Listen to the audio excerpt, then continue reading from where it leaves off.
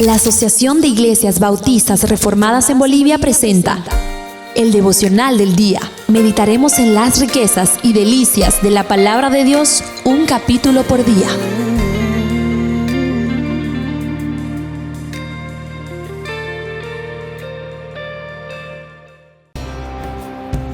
Job capítulo 10. Saludos, estimado oyente.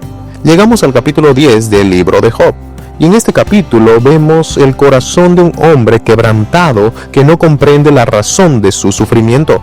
Job no niega la soberanía de Dios, más bien su queja nace precisamente porque reconoce que Dios tiene el control absoluto de todas las cosas. Su angustia no es una rebelión abierta contra Dios, sino un clamor desde la oscuridad de la prueba, pidiendo una explicación que no llega. Job cuestiona: ¿por qué me formaste si me vas a destruir?, dice los versículos 8 y 9. Aquí se observa aquella tensión entre confesar que Dios es el creador y la experiencia del sufrimiento inexplicable que está pasando en carne propia. Lo que Job está pasando no es una contradicción, sino el misterio de la providencia divina. Dios es absolutamente soberano y sin embargo el sufrimiento no es en vano ni fuera de su propósito eterno. El clamor de Job apunta a una necesidad fundamental del ser humano. Un mediador que puede interceder ante Dios, alguien que entienda nuestra fragilidad y pueda justificar al culpable. Aunque Job no conoce a Cristo en forma explícita, su angustia señala la necesidad del Evangelio. De esa manera tenemos algunas aplicaciones en esta oportunidad. En primer lugar, es legítimo clamar a Dios en medio del dolor.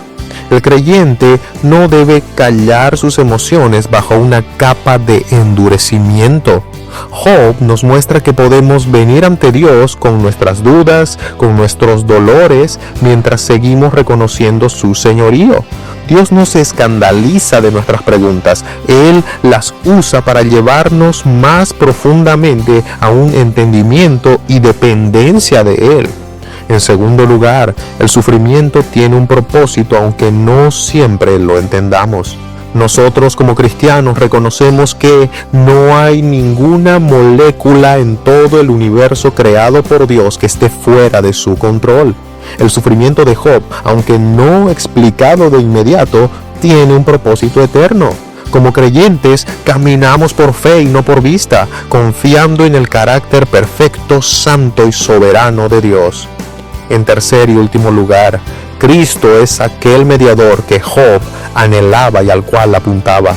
En Job capítulo 10 versículos 8 al 12, Job reconoce que fue formado por las manos de Dios. Sin embargo, en su agonía, en su dolor, teme que Dios lo haya formado solo para destruirlo.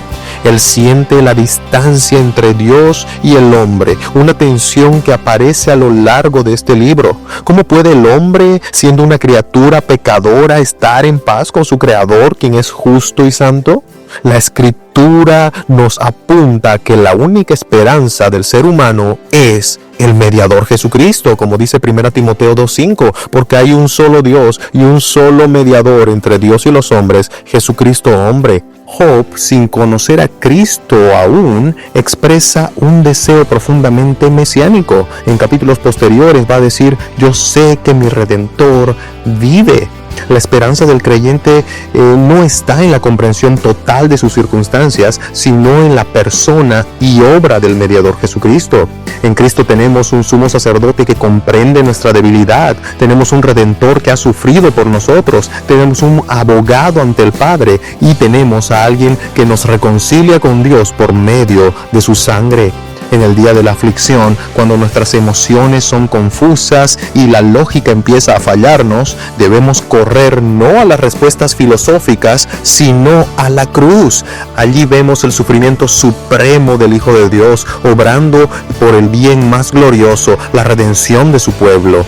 Esa es la esperanza firme en la que puede descansar incluso el alma más angustiada. Gracias por acompañarnos en el devocional del día, presentado por la Asociación de Iglesias Bautistas Reformadas en Bolivia. Si deseas más información, búscanos en todas las redes sociales como Asociación de Iglesias Bautistas Reformadas en Bolivia. Que la gracia y la paz de nuestro Señor te acompañen.